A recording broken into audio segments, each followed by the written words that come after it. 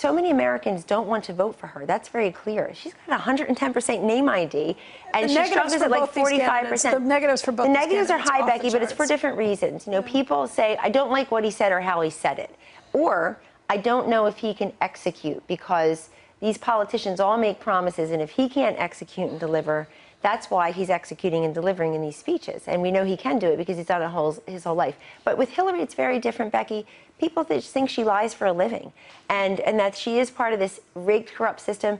And over the weekend, all these new revelations about pay-to-play in the State Department, about the Clinton Foundation, and them implicitly admitting it's not a good idea to take foreign donations because we're not going to do it anymore if she's elected president. I've got a great idea. How about if you just donate $100 million to people in Louisiana and shut the darn thing down? I agree with the Huffington Post headline yesterday. Shut it down now. Well, it is a huge conflict. I mean, the idea that they're not going to be taking money from foreign countries or from corporations is one thing, but if you're still opening the door for anybody to give money, it definitely gives the appearance that people can be buying something, buying administration access or something along the way. Bill Clinton has said that he's not going to be a part of it, but what about Chelsea? I mean, if you have access to the president's daughter, that's also still a huge concern. And it has been a family. It's already too late. She was Secretary of State when it was happening. The Secretary of State has not as much influence as the president, but certainly an unbelievable amount of influence at the State Department. It's already too late. This is the point, too. There's so much to unpack there, and we plan on it. Why? Because the Hillary people and her supporters, they want this to be about tone and temperament only. We want it to be about facts and figures. We're going to be the truth tellers of everything that happened. Go read Clinton Cash. Go see the movie. I mean, it's unbelievable how Haiti never got its money. And to the polls, I wanted to make a comment because you raised the polls.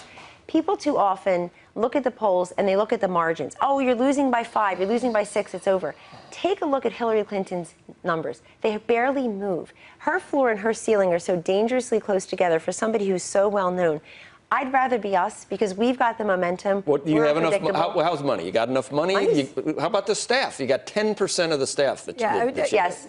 Well, she's used to big bureaucracies. She was Secretary of State. She was First Lady. She's a U.S. Senator. They're just used to, 5 people doing the one job. But it helps to get in terms of infrastructure in the swing states, That's right. And just this morning, Sean Spicer arrived from the RNC, so he's going to be spending more time with us, which I think is terrific. Chief Strategist and Director of Communications at the RNC. But we are staffing up, particularly in the states. That's really where this is. In our swing states, we want to make sure we've got an A team on the ground. There's a great deal of talent in the Republican Party, so we are hiring. Which states do you have to win? We are looking right now, Becky, at North Carolina, Florida, Ohio, Pennsylvania, Iowa, Virginia, and then we'd like New Hampshire, Nevada. And then there is another tier that say, well, she didn't say Michigan, she didn't say Colorado, are they pulling out? No, she didn't say that either. I'm just telling you that I'm a very focused person. This whole stuff about, I want to be like Obama 2012. What did the president do? He was going to win again. That was clear from the data. That's what we saw. That's what we said publicly. But he was very focused. He never went back to Indiana, which he won 4 years earlier. He never went back to Arizona, even though the polls were tightening there and there was a tough Senate race he could have turned. He never went back to North Carolina, which he had won in 2000. You have to focus. You have to go where it is. Where are we going to see Bannon's fingerprints on any of this stuff? Do you talk to him every day? Do you work together on it? We insist on sharing an office, even though there's plenty of space at Trump Tower. It's great. He drinks blood smoothies for breakfast and lunch. And you eat nails out of you. So exactly. Where are we going to see his? I think you're already seeing it, Joe. He's just a little bit less public, but you're already seeing it in that you just want people who can execute and manage, and that's what we both do. I've managed my own company for 21 years. Certainly manage a household of 4 kids. It's good practice for being in a campaign. And Steve, Steve, people look at him as a provocateur, sure, but what he's been able to do in building out the digital world. I think we're both people who are equipped for a 21st century campaign, but walking around Trump Tower, there are people who aren't at the campaign. There are people who are not household names who are doing such a fabulous job. I'm truly moved by their talent and their loyalty to this campaign. We have a lot of great people over there. We'll build it out, but we don't need what Brooklyn has. They've got 800 and some people. They have all the king's horses, all the king's men, but they don't have a candidate who looks like she's having fun on the trail, who likes people and connects with them, and that is a great communicator. We have that. You can't buy it.